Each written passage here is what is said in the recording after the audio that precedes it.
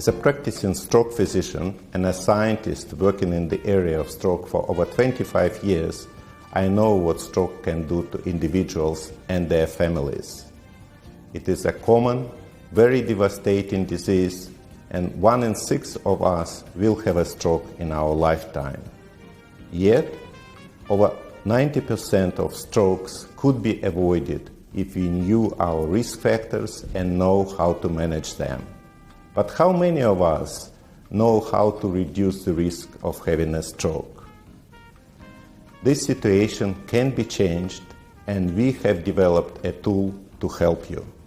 The Stroke Riskometer app is a reliable and easy-to-use tool for assessing your individual risk of stroke and for offering you evidence-based recommendations on how to reduce your risk of stroke. It's based on the famous Framingham heart study commonly used by doctors.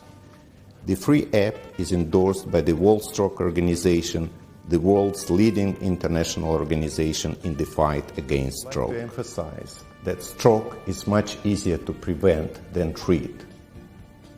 Don't wait until you or your loved one have a stroke. Act now. Take control of your lifestyle and health to reduce your risk of stroke and heart attack.